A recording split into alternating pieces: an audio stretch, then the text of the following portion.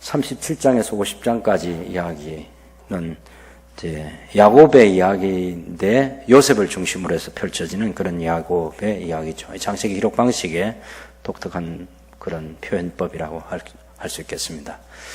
어쨌든 이 야곱의 역사, 요셉의 역사, 혹은 또 애굽왕 바로와 함께 얽혀있는 이 역사 속에 하나님이 개입하셔서 하나님 왕국의 역사를 진행시켜 가시는 내용이 이 창세기 37장에서 50장까지 핵심이다라는 것인데, 이것을 읽어갈 때 이제 초점을 어디다 두고 읽느냐, 이게 굉장히 중요한 거예요.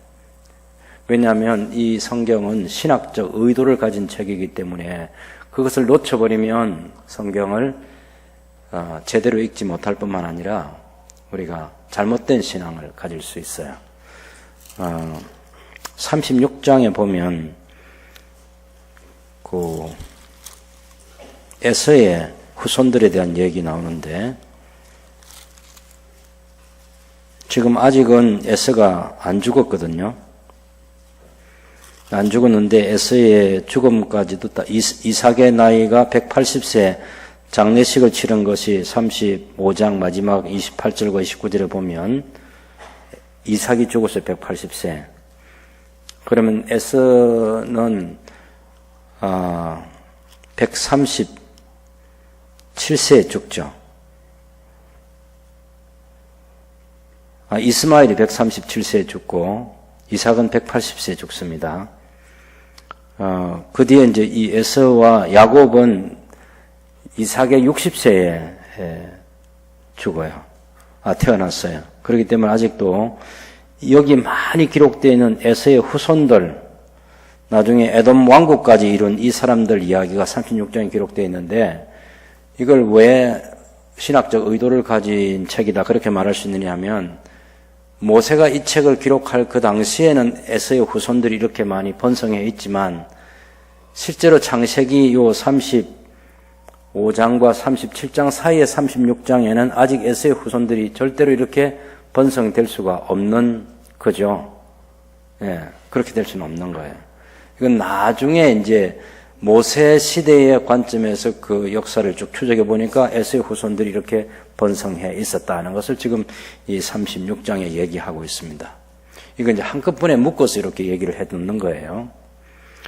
그리고 나서 더 이상 이제 에서 얘기는 안 하려고 해요.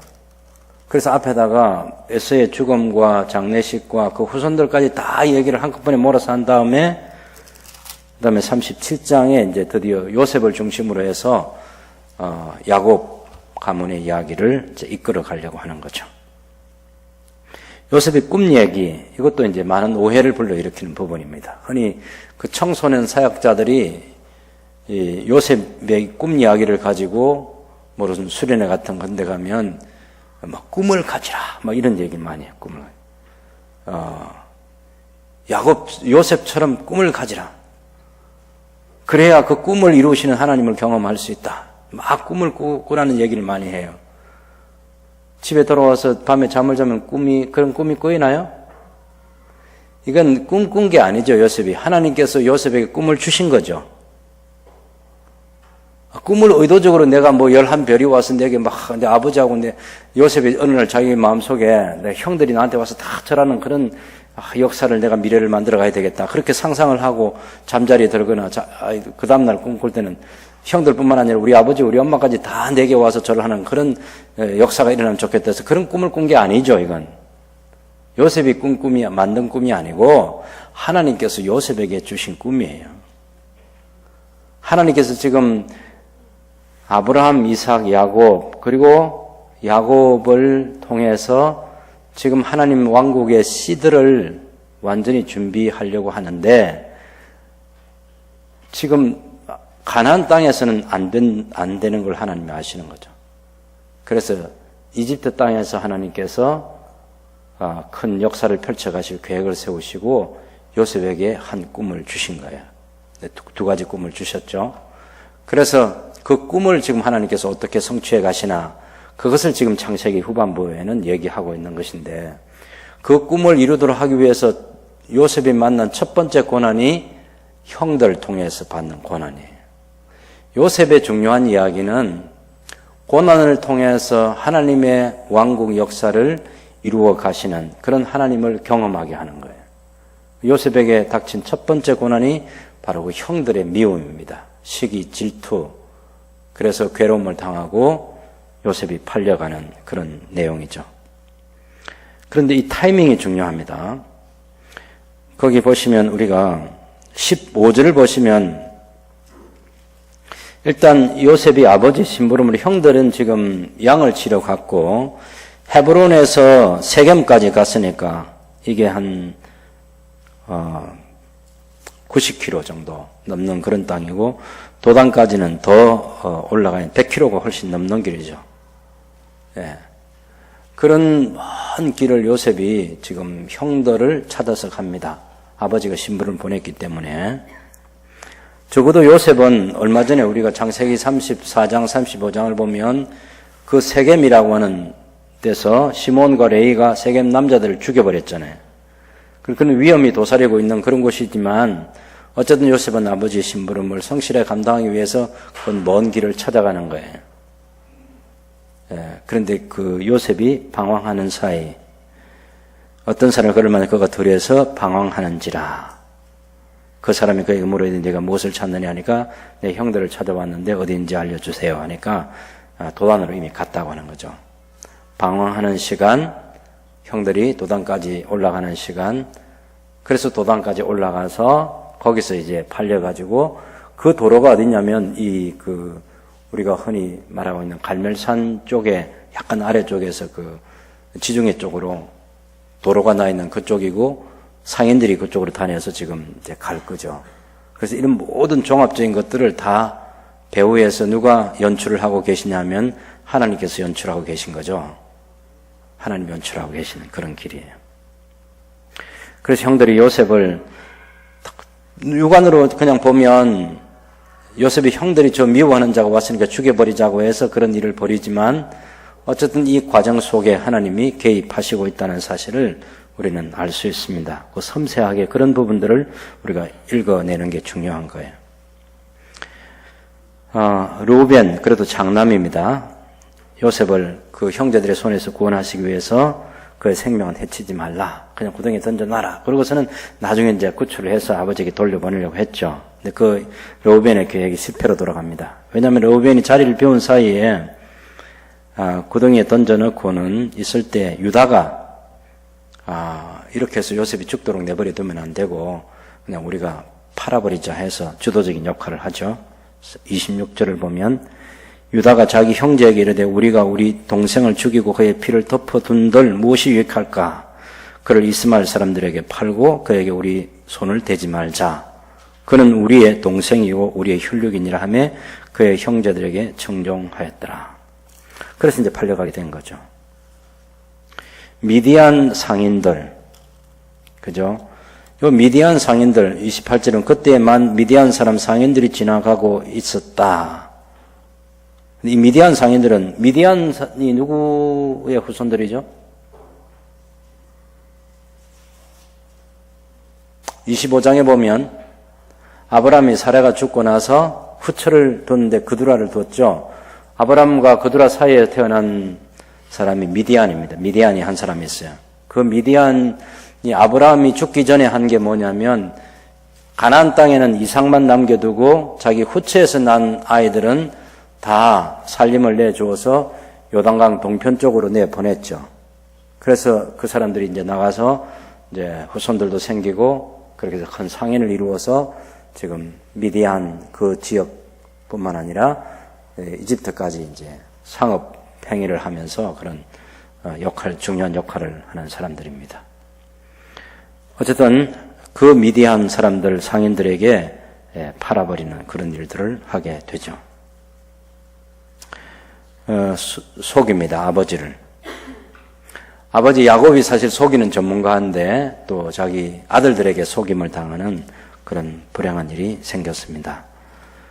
아버지가 요셉의 옷이 피에 묻혀서 돌아온 것을 보고 요셉이 분명히 찢겨도다. 악한 짐승이 그를 잡아먹었도다 하면서 이제 통곡하고 있죠. 34절에 자기 옷을 찢고 굵은 대로 허리를 묶고 오래도록 그의 아들을 위하여 애통하니 그의 모든 자녀가 위로하되, 이건 다 헛된 거죠. 왜냐하면 자기들이 지금 팔아놓고 아버지를 속이면서 하는 이 위로는 위로가 될 수 없습니다. 아마 이때 이삭은, 지금 이삭의 이름이 안 나오지만 이삭 우리가 아까 35장에서 장례식 치른 이삭의 나이가 180살에서 장례식 치렀지만 실제로 야곱이 요셉을 잃고 울고 있을 때 이삭이 그 곁에 있죠. 아직 이삭도 자신은 안 죽었어요. 이삭도 나중에 죽습니다.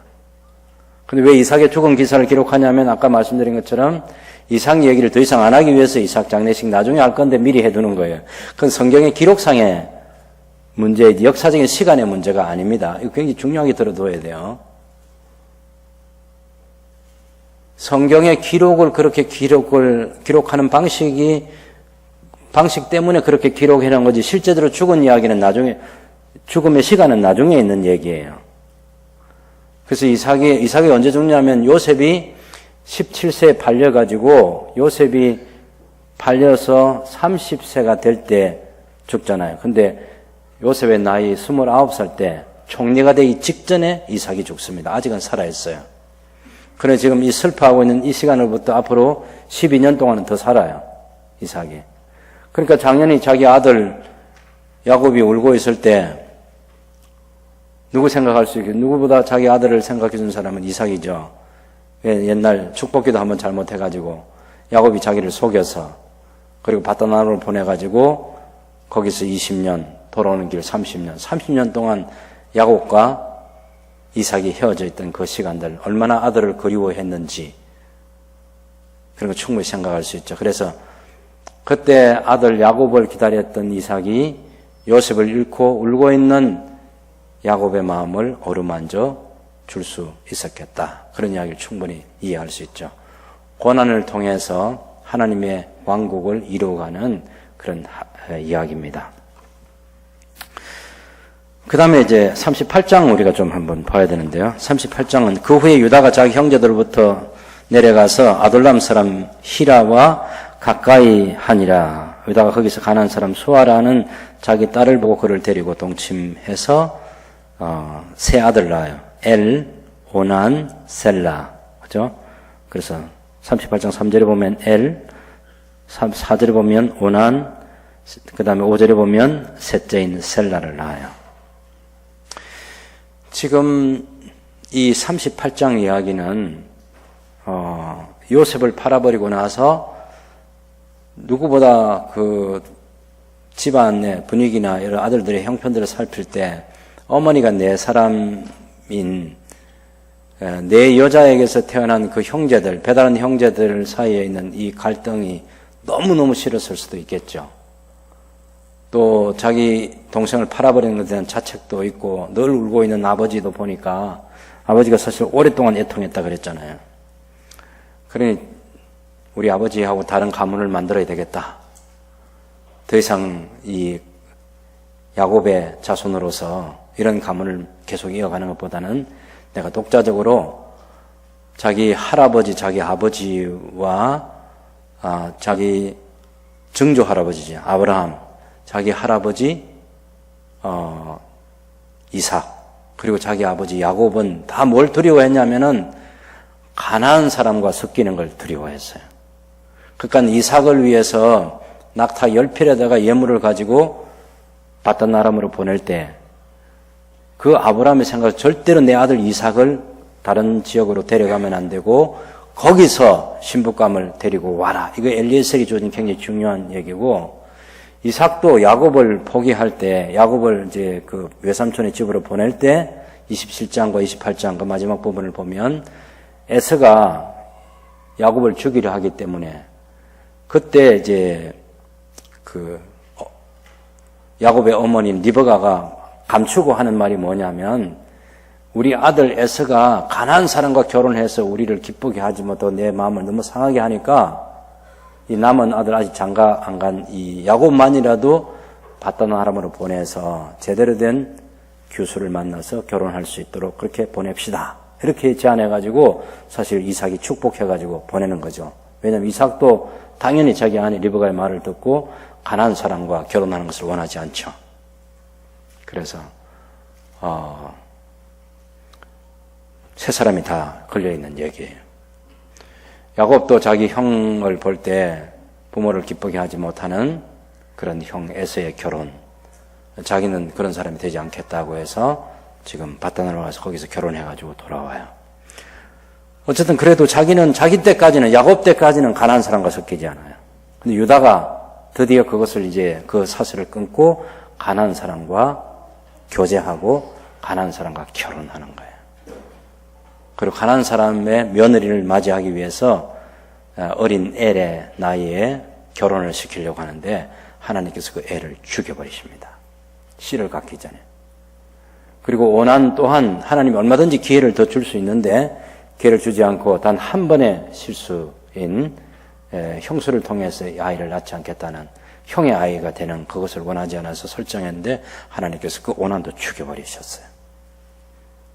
이 38장 이야기의 중요한 것은 뭐냐면 하나님께서 가나안 사람과 결혼하는 것, 그 다음에 가나안의 문화를 받아들이는 것, 가나안의 죄악들을 수용해서 그 엘과 오난과 이런 사람들이 그 유다의 후손들이 번성되는 그것을 하나님께서 원하시지 않는 거예요.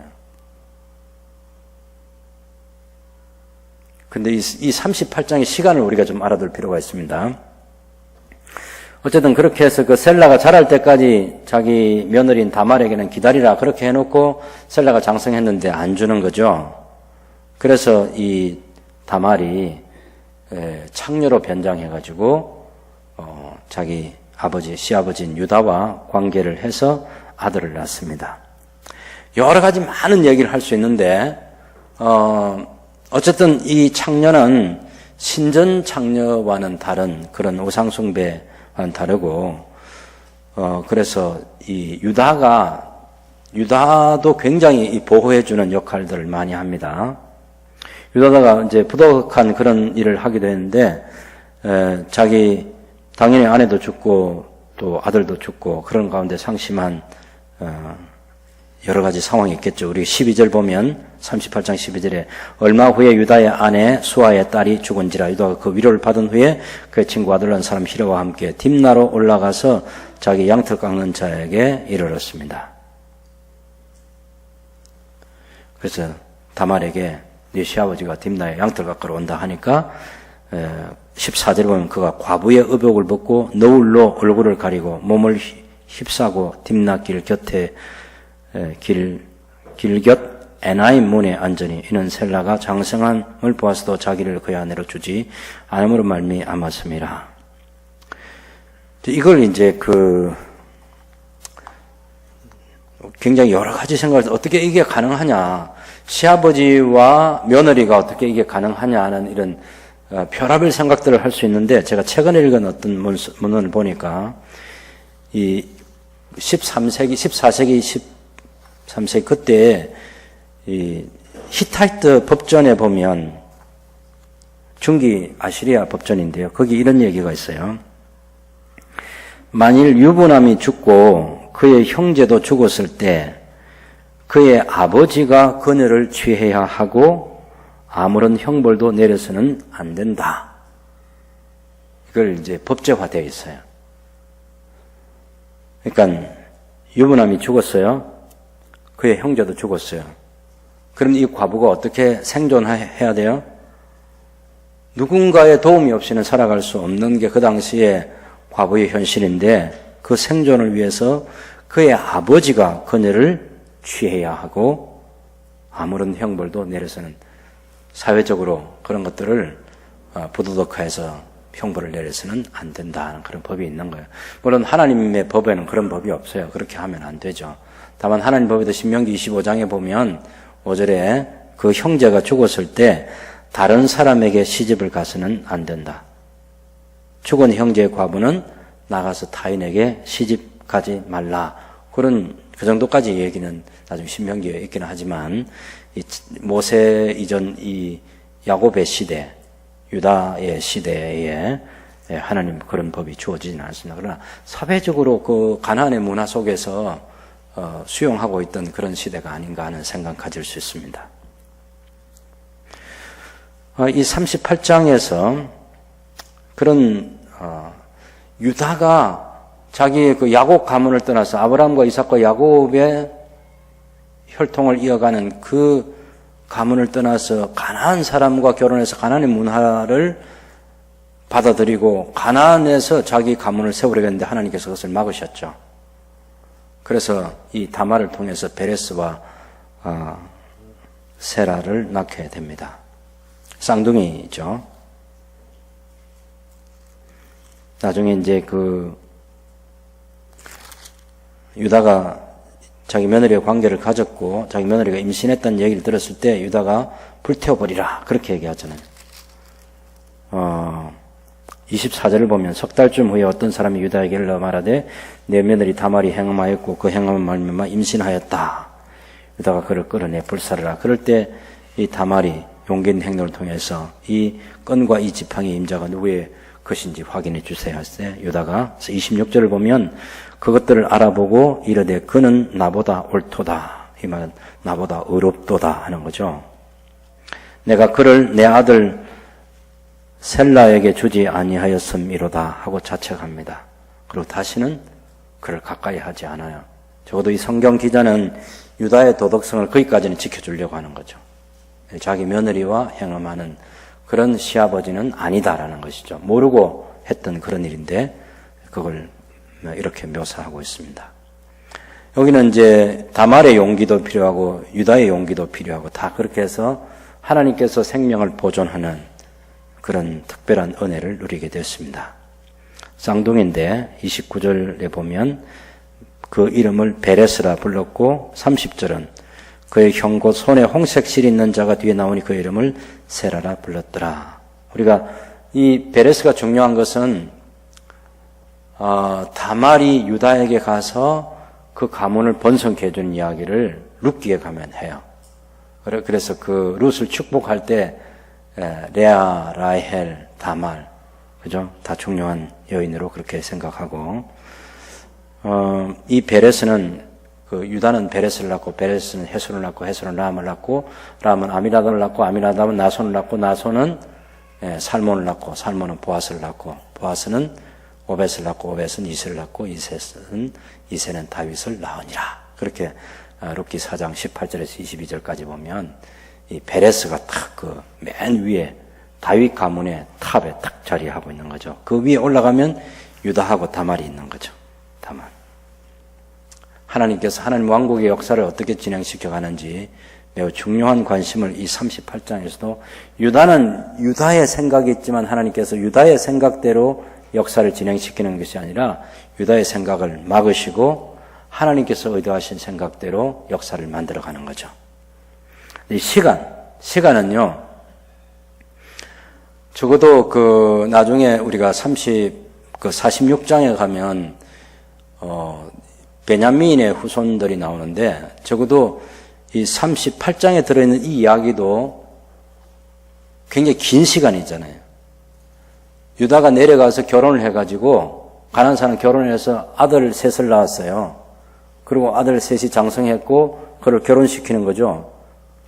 적어도 20년, 22년의 시간이 흘러간 모든 내용들이 창세기 38장에 다 들어있다.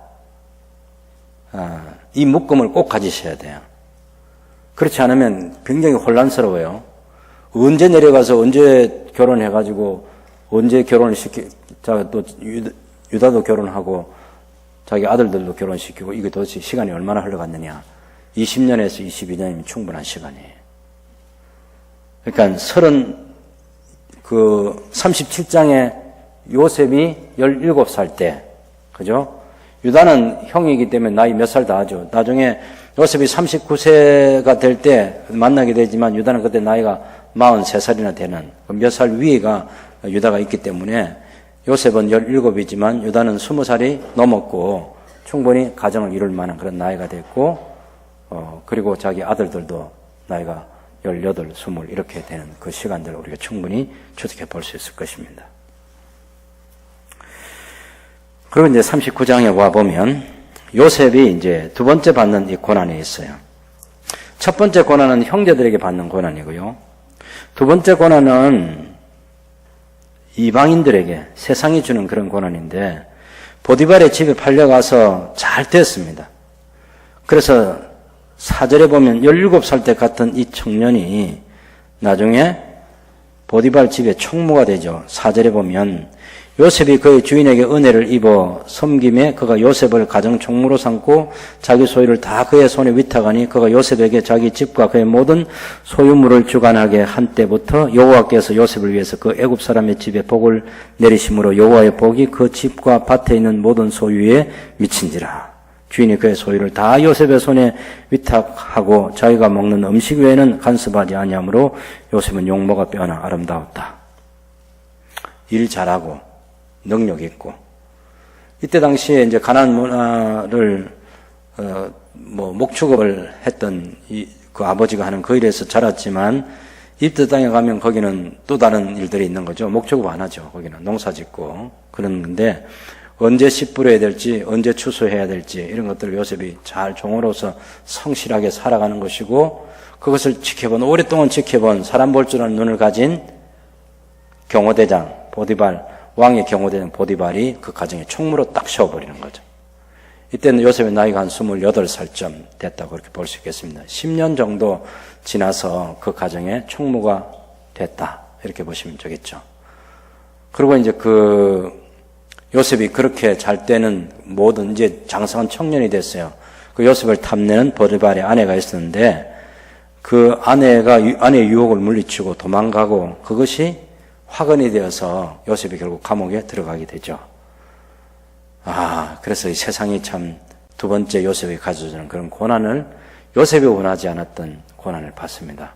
총무가 될 때 얼마나 기분이 좋았겠어요. 근데 그 다음 사건이 있으면 꿈에도 생각 못한 거죠. 설마 자기의 주인인 보디발의 아내를 통해서 내가 이런 고난을 받을 줄이야.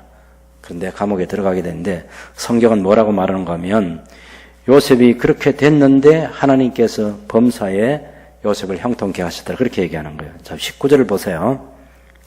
39장 19절에 23절까지 같이 읽어봅시다. 그의 주인이 자기 아내가 자기에게 이러기를 당신의 종이 내게 이같이 행하였다 하는 말을 듣고 심히 노한지라. 이에 요셉의 주인이 그를 잡아 옥에 가두니 그 옥은 왕의 제수를 가두는 곳이었더라. 요셉이 옥에 갇혔으나 여호와께서 요셉과 함께 하시고 그에게 인자를 더하사 간수장에게 은혜를 받게 하시매 간수장이 옥중 제수를 다 요셉의 손에 맡김으로 그 재반 사물을 요셉이 처리하고 간수장은 그의 손에 맡긴 것을 무엇이든지 살펴보지 아니하였으니 이는 여호와께서 요셉과 함께 하심이라. 여호와께서 그를 범사에 형통하게 하셨더라. 우리가 생각하는 하나님의 형통하고 성경이 말하는 하나님의 형통은 다른 거죠. 우리의 형통은 마치 딱 출발했는데 고속도로가 확 열려서 우리 인생길이 표해지고 넓어지고 그냥 복이 쌓이기만 할 때 그때 형통하였더라 표현인데, 요셉의 삶에 하나님께서 형통케 하셨더라는 것은 팔려갔는데 형통케 하시고 감옥에 들어갔는데 형통케 하셨더라, 이런 얘기를 해요. 하나님께서 그것을 통해서 하시고 싶은 하나님의 역사가 하나씩 진행되어 가는 것이고, 지금 이 2년 동안 28살 때 이제 감옥에 들어가서 30살에 총리가 되는데, 이 2년 동안 요셉이 감옥에서 배울 게 뭐냐면, 이 감옥은 특별한 감옥인데 왕의 죄수들, 적어도 왕을 섬기는 최측근들이 잘못했을 때 감옥에 들어오는 바로 그런 특별한 감옥이에요. 거기 이제 섬기는 자로 요셉이 들어가게 되고, 요셉이 그 사람들을 섬기면서 뭘 듣습니까? 궁중에서 일어나고 있는 일, 왕의 측근들이 이야기하고 있는 소위 정치 이야기를 다 듣는 거죠. 그래서 정치를 여기 배우는 거예요. 좌우 여러분이 절대로 청와대나 국회 가면 안 되는 이유가 뭔지 아세요? 모르니까. 우리는 그 자리를 줘도 가면 안 돼요. 모른다고. 이게 굉장히 중요한 거예요. 그래서 기도하지 마세요, 그런 거는. 요셉은 그때 2년 동안에 다 배운 거예요. 정치를 다 배운 거야. 그래야 자기가 총리로서 14년을 지금 보낼 거 아니에요. 그때 국가를 어떻게 경영해야 되는지, 그 사람들을 어떻게 다스려야 되는지, 이거 다 들은 거죠. 결코 궁중이라는 것은 만만하지 않은 그 권력의 싸움이 계속 있는 곳인데, 우리나라 옛날 사극에 나오는 그런 일들이 이 바로의 궁중에도 똑같이 있는 거죠. 똑같이 있는 거예요. 거기다 총리의 자리니까 영의정의 자리인데 그 자리가 보통 자리가 아닌 거죠. 대단히 중요한 역할을 해야 되는데 하나님께서 요셉에게 그 2년 동안 그것을 다 특별 과외를 시켜서 우수한 성적으로 졸업하게 하는 거죠. 국가 경영을 맡아도 걱정할 게 없는 사람으로 하나님께서 키우십니다. 그 다음에 40장에 보면 드디어 이제 왕이 꿈을 꾸었어요. 먼저 애굽의 왕, 술 맡은 관원장하고 떡 굽는 관원장이 애굽 왕에게 범죄해가지고 감옥에 들어온 얘기가 40장에 있고, 그 꿈을, 꿈 이야기를, 두 사람이 꿈 이야기를 할 때 그 꿈 해석을 요셉이 해줍니다. 그러면서 요셉이 뭐라고 말하는가 하면, 12절을 보시면, 요셉이 그에게 이르되 그 해석이 이러하니 세 가지는 사흘이라. 지금부터 당신의 머리를 들고, 사흘 안에 바로가 당신의 머리를 들고 당신의 전직을 회복시키리니 당신이 그전에 술 맡은 자가 되었을 때 하던 것 같이 바로의 잔을 그의 손에 드리게 되리다. 당신이 잘 되시거든 나를 생각하고 내게 은혜를 베풀어서 내 사정을 바로에게 아뢰어 이 집에서 나를 건져주소서. 나는 히브리 땅에서 끌려온 자가 아니요 끌려온 자요 여기서도 옥에 갇힌 일을 행하지 아니하였나이다. 요셉이 이 의를 내세웁니다. 하나님이 볼 때 너 아직도 덜 뗐구나 이런 생각이 드는 거죠. 그래서 술 맡은 관원장하고 떡 굽는 관원장은 꿈 해석해준다 가자마자 목이 달아났고, 술 맡은 관원장은 복직을 했는데 2년 동안 그것을 잊어버리고 있습니다.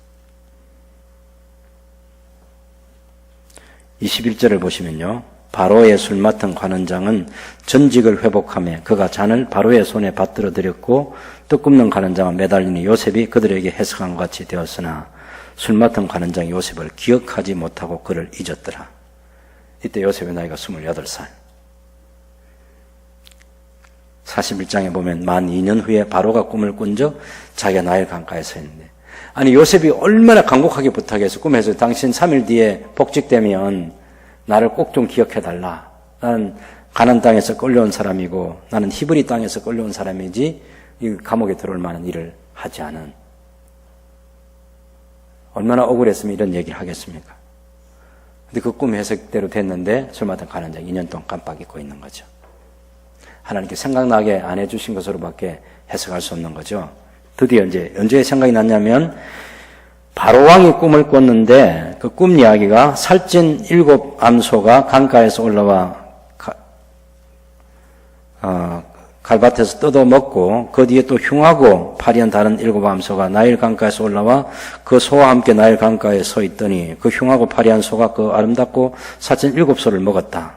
소가 소를 먹는다. 이거 개꿈이죠. 소가 소를 어떻게 먹습니까? 근데 이게 너무 생생하잖아요. 그래도 소가 소를 먹은 그 꿈은 소는 풀을 먹지 소를 안 먹는다고. 그런데 이 왕의 꿈은 소가 소를 먹는 꿈을 꿨으니까 얼마나 섬찟해요 이게. 너무 충격적이야. 그리고 그 다음에 다시 또 꿈을 꿉니다. 5절에 다시 잠이 들어 꿈을 꾸니 한 줄기에 무성하고 충실한 7 이삭이 나오고 그 후에 또 가늘고 동풍에 마른 7 이삭이 나오니 그가 그 가는 7 이삭이 무성하고 충실한 7 이삭을 삼킨지라 바로가 깬 적 꿈이라.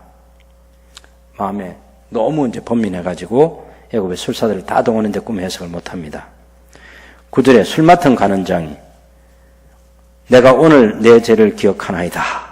바로께서 종들에게 놓아서 나의 떡 굽는 관원장을 친위대장의 집에 가두셨을 때에 나와 그가 하룻밤에 꿈을 꾼 적 각기 뜻이 있는 꿈을 꿨는데 친위대장의 종 히브리 청년이 우리와 함께 있기로 우리가 그에게 말하며 그가 우리 꿈을 풀되 그 꿈대로 각 사람에게 해석하더니 그 해석한 대로 저는 복직되고 그는 매달렸습니다. 이런 얘기를 하는 거예요. 바로 요셉 불러가지고 꿈 얘기를 하죠. 16절에 보면 요셉이 바로에게 대답하는데 제가 아닙니다. 꿈 해석을 제가 잘하는 것이 아니고 하나님께서 바로에게 편안한 대답을 하시리이다. 그래서 하나님이 그 대답을 주실 겁니다.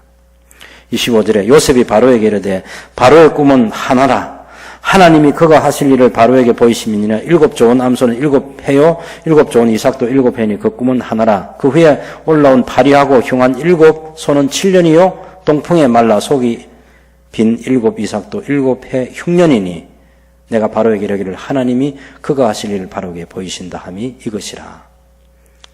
7해는 7 풍년이고 후에 7해는 흉년이라는 거예요. 바로가 이제 생각을 많이 해야 되겠죠. 풍년, 7해 풍년이 되면 어떻게 해야 돼? 그냥 그대로 그 풍년을 흘려버려야 돼? 그 다음에 7 흉년이 올 때를 위해서 어떻게 해야 돼?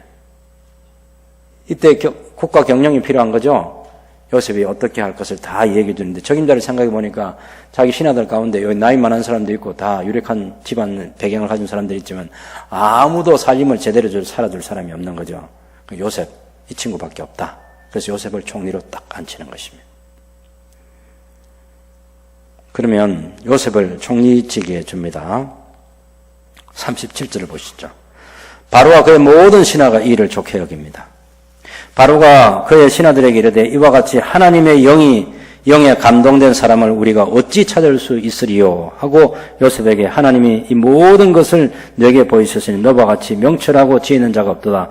너는 내 집을 다스리라 하면서 이제 애굽의 경영권을 요셉에게 맡깁니다.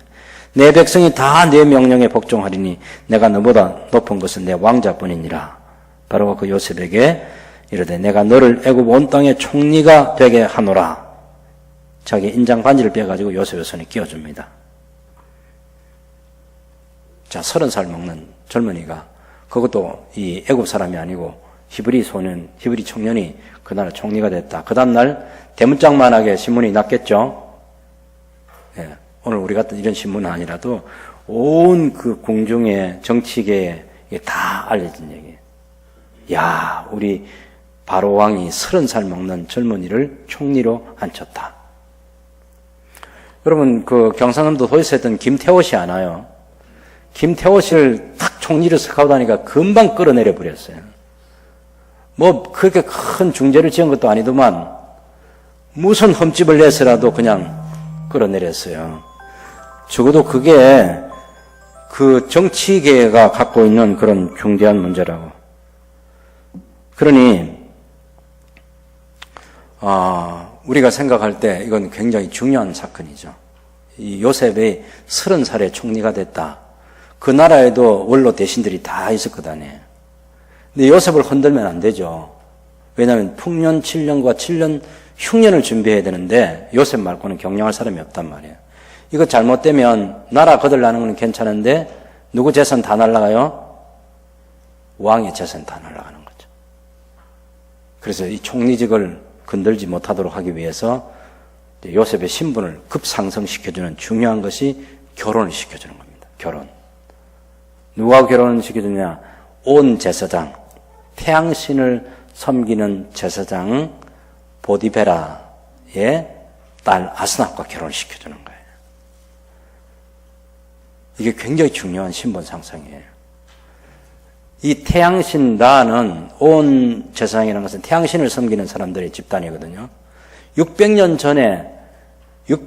전에 우리나라의 최고의 신은 태양신이다 이렇게 선포한 사람들이 바로 이 제사장들이에요. 그래 그 이후로 지금 계속해서 대대로 그 제사장 집안이 지금 형성되어 오겠죠. 이 사람들이 왕을 세우고 하는 그런 일들을 다 제사장이 하는 거예요. 제사장은 아무도 건드리지 못해요. 그 정도 권력을 가지고 있는 그 집안에 사위가 딱 되게 하고, 그래서 말을 하려고 하다가도 누구 사위지? 제사장 보디베라의 딸 아스나프라는 제사장의 온 제사장의 사위다. 그 다 입을 닫게 되겠죠. 어쨌든 그렇게 해서 요셉의 신분이 보장되는 그 방법을 바로를 통해서 하나님께서 행하게 합니다. 43절에 보면 그가 요셉의 이름을 사브낫 바네아라 하고 또 온의 제사장 보디바라의 딸 아스낫을 그에게 주어 아내로 삼게 했다. 그때 나이가 30세라고 46절에 말하고 있습니다.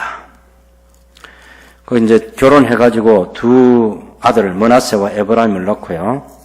그 다음에 이제 42장의 사건은 요셉이 형들이 가서 곡식을 사오고 이것 때문에 요셉의 형들이 일제히 가서 이제 절을 하게 되죠. 당연히 이제 요셉의 꿈이 성취가 되는 이야기가 42장 이야기입니다. 그런데 그 요셉이 그냥 돌려보낼 리가 만무하죠. 이 적기를 살려서 이 요셉의 형들 이 공동체, 아버지 야곱의 아들들 우리 12아들의 이 공동체를 제대로 된 공동체로 회복시키기 위해서 요셉이 노력하는 장면이 뭐냐면 그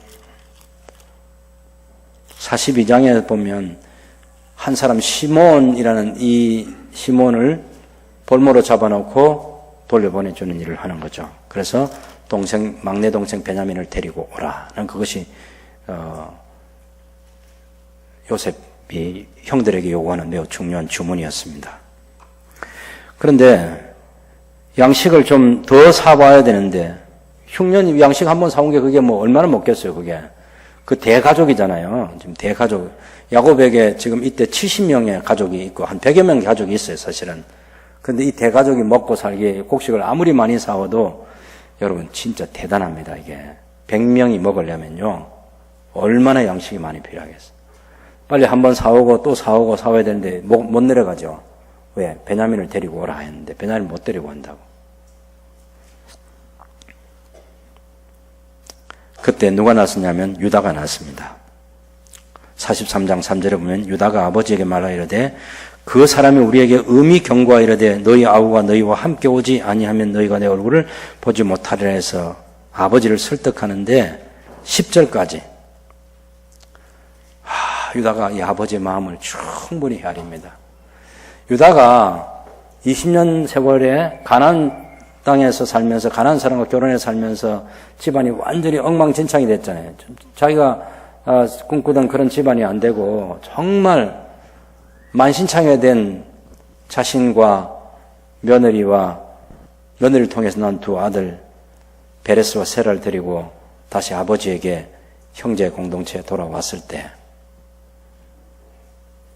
그때 며느리라고 소개할 수 있지만 이 아이들은 손자라고 소개 못 하잖아요. 내 아들들입니다. 소개를 당연히 해야 되고, 큰아버지부터 해서 삼촌들 쫙 있는 집이죠. 유다가 돌아와서 그 형제 공동체를. 결국 이렇게 비참하게 된 지난 20년의 세월 동안 이것은 우리 형제들이 아버지를 잘 못 모셔서 그렇다. 우리 형제들이 서로 하나가 되지 않아서 그렇다. 우리 형제들이 아버지를 속여서 그렇다. 우리 형제들이 아버지의 권위를 존중하지 않아서 그렇다.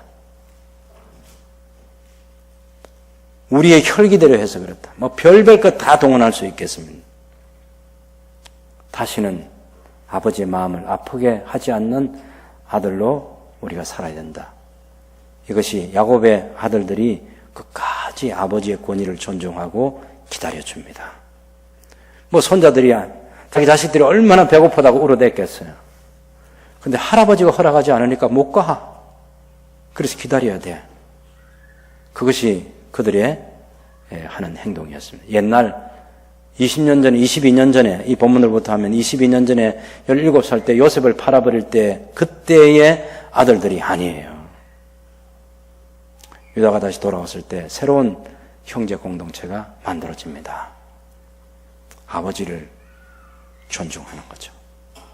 권위자가 허락할 때까지 기다리는 거예요. 우리가 뭐 결의만 하면 되는 그런 게 아니죠. 아버지 몰래 얼마든지 가서 곡식 사와서 자기 자식들 먹일 수 있죠. 근데 그렇게 하지 않아요. 베냐민 데리고 가는 것은 어렵지 않습니다. 뭐 11명이요. 10명이 베냐민을 제외하면 10명인데 10명의 아들이 아버지를 누구 한 2명 붙여가지고 아버지를 억류시켜 놓을 수도 있고 아버지를 다른 데 또 여행 보내드릴 수도 있고 그러면서 베냐민을 몰래 데리고 갈 수도 있고 방법은 뭐 많이 있을 거예요. 근데 그렇게 하지 않아요. 아버지 허락이 떨어질 때까지 기다렸다가 결정적인 순간에 유다가 아버지를 설득을 해서 결국 야곱이 포기합니다. 베냐민 13절을 보면 이 포기를 할 때 중요한 것은 43장 9절에 보면 내가 그를 위하여 담보가 되오리니 아버지께서 내 손에서 그를 찾으소서. 내가 만일 그를 아버지께 데려다가 아버지 앞에 두지 아니하면 제가 영원히 죄를 지으리이다. 제가 아버지가 아끼는 베냐민을 위해서 담보가 되겠습니다. 제 목을 내놓겠습니다. 대단한 헌신인 거죠. 르우벤은 자기 자식을 주기로 했는데 자기 목을 안 내놨어요. 근데 유다는 자기 목을 내놨습니다. 제가 담보가 되겠습니다. 유다를 믿어줍니다. 20년 동안 방황하고 돌아온 유다를 아버지가 믿어주는 거죠.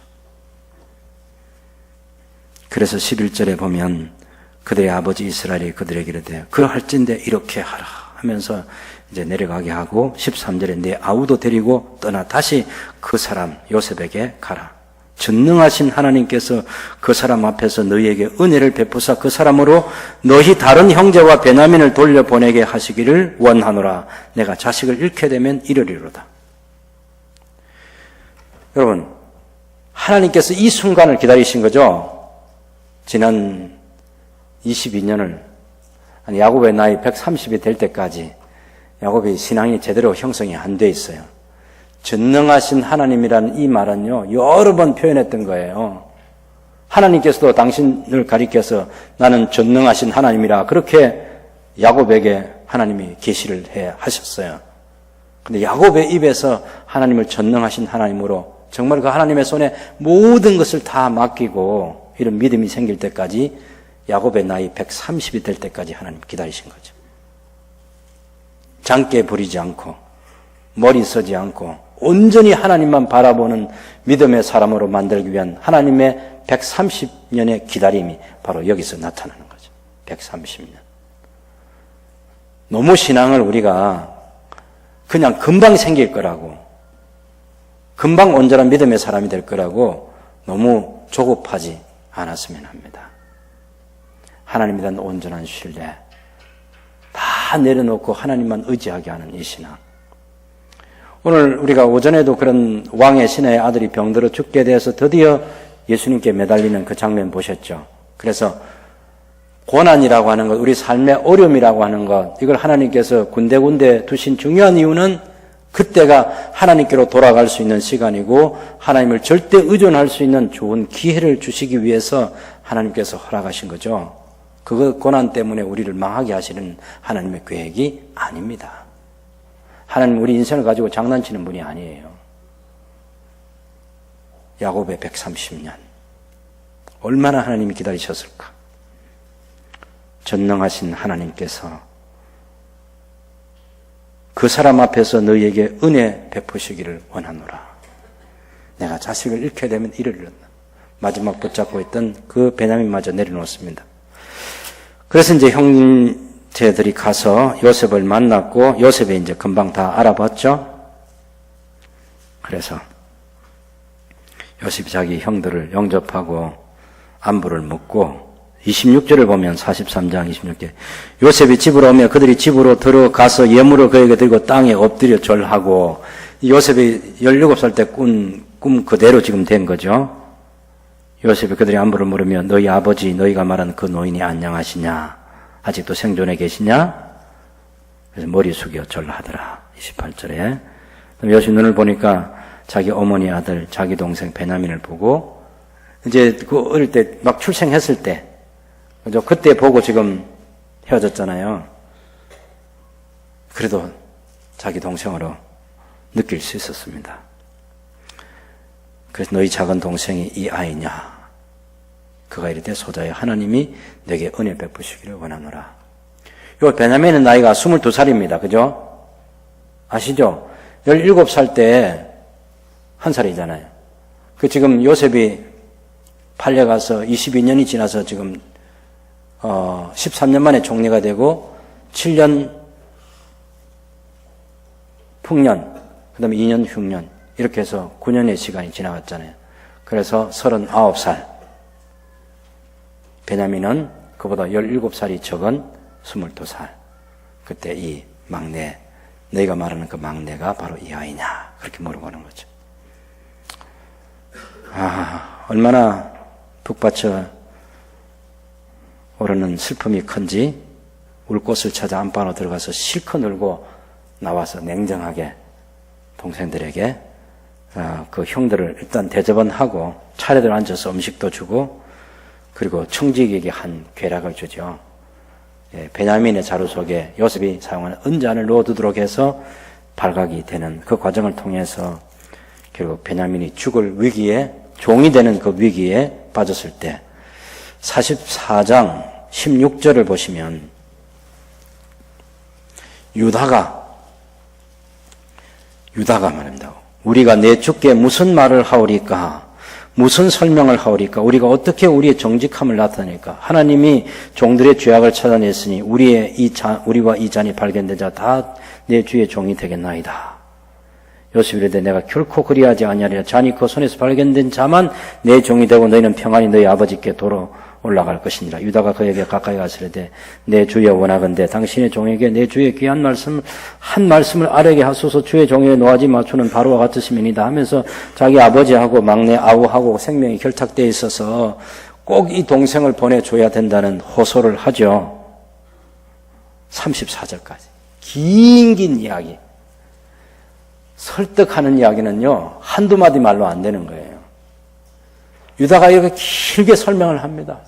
반복해서 또 반복해서 옛날에 했던 그 말 다 상기시켜가면서 역사를 다 이야기하면서 그래서 요셉의 마음에 와닿도록 얘기를 해서 아버지의 생명과 막내 아우의 생명이 결탁이 되어 있습니다. 그래서 꼭 보내주시고 나를 종으로 삼아주십시오 하는 이 호소를 하는 거죠. 33절 보시면 이제 주의 종으로 그 아이를 대신하여 머물러 있어 내 주의 종이 되게 하시고 그 아이는 그의 형제들과 함께 올려 보내소서. 그 아이가 나와 함께 가지 아니하면 내가 어찌 내 아버지에게로 올라갈 수 있으리까? 두렵건대 제 해가 내 아버지에게 미침을 보리이다.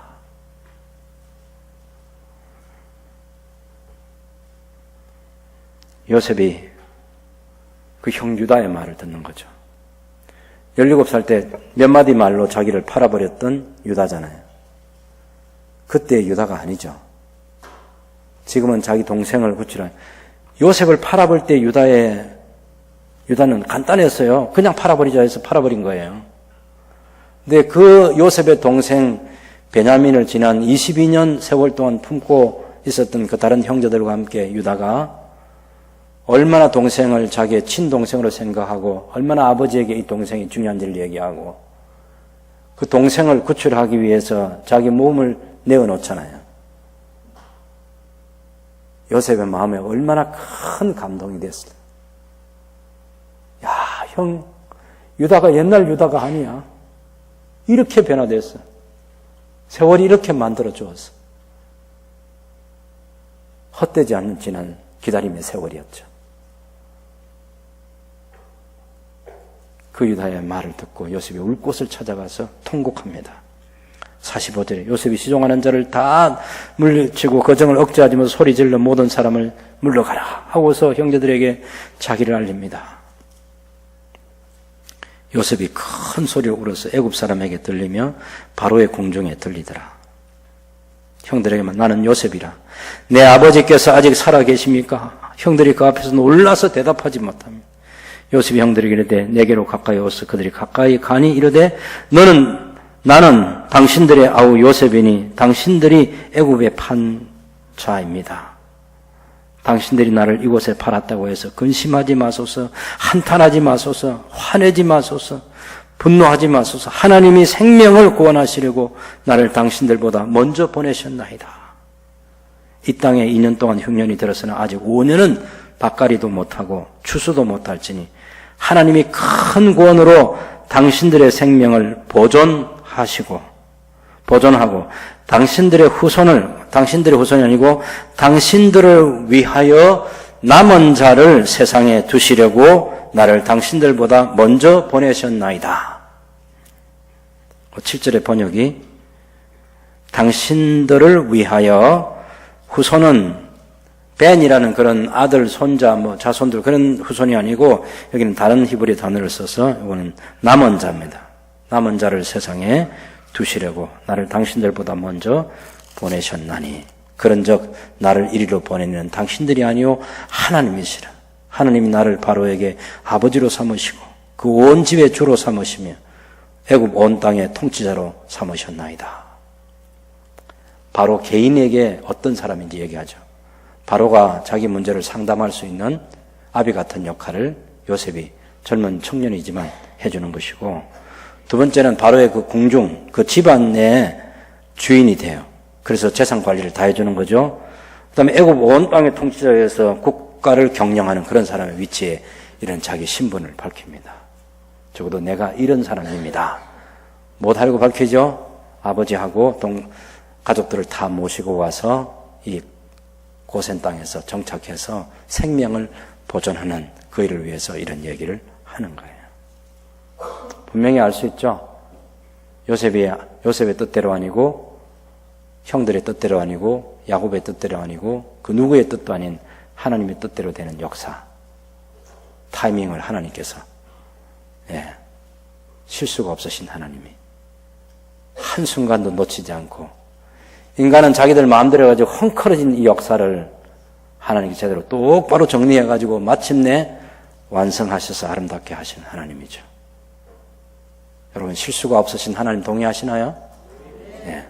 하나님 우리 인생 가지고 장난치시는 분이 아니고 때로 우리에게 세상이 주는 고난, 형제들 통한 고난, 가족들이 우리에게 주는 고난, 그런 고난의 틈바구니에서 우리의 삶이 힘들고 어려울 때 있지만 그것을 통해서 더욱 하나님을 신뢰하고 하나님 안에서 하나님의 사람으로 온전히 다듬어 가시는 하나님 왕국의 씨들을 제대로 만들기 위한 하나님의 계획임을 잊지 말아야 되겠습니다.